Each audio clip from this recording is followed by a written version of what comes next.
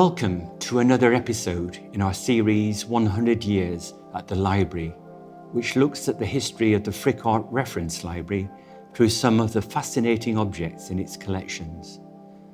I'm sitting in the library's temporary home at Frick Madison, but today we will look back at the early history of its permanent home at 10 East 71st Street, specifically its innovative use of this machine called the Telautograph.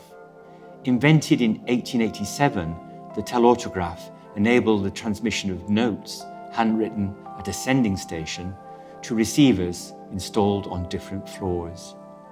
This surviving model from the Frick Art Reference Library is a receiver which would print out messages sent from the writing station on the reading room floor. The Telautograph was described as writing by electricity, the next in a line of innovations after the telephone's talking by electricity. It was used in banks, hospitals, railway stations, and perhaps pertinent to the Frick family, in steel mills and factories. The machine was invented by Elisha Gray, an electrical engineer who developed a prototype of the telephone in 1876, ahead of Alexander Graham Bell.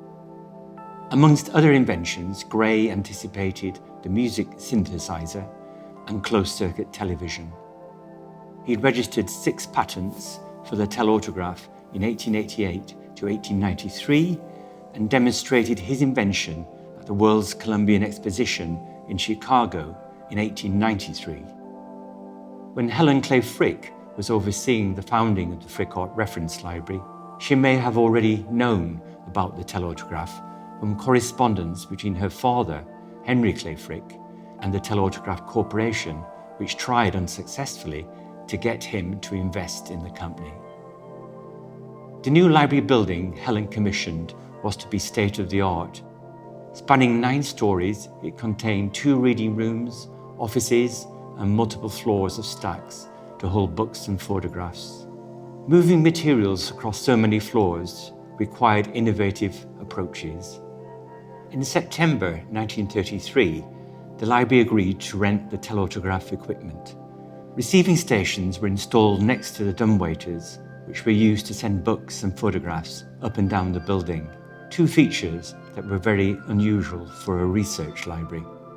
Before fax machines, pagers, or any digital technology, the fact that someone could sit down in the library's reading room, ask for 2 specific items from a collection of thousands, and receive them within minutes was nothing short of a marvel. By the early 1970s, this system had fallen out of favour. The dumbwaiters occasionally chewed up books they carried from floor to floor, and the Telautographs were used less and less, mostly to relay messages received from the building's one landline. Ironically, writing by electricity was overtaken by its predecessor, the telephone, talking by electricity. Nevertheless, the Telautograph is a relic that teaches us a lot about the Frick Art Reference Library's amazing history with technology, which continues to this day, though in ways no one could have imagined back in 1935. I invite you to come see materials from our collections in our reading room. Visit frick.org to plan your free visit, and stay tuned for more episodes of 100 Years at the Library.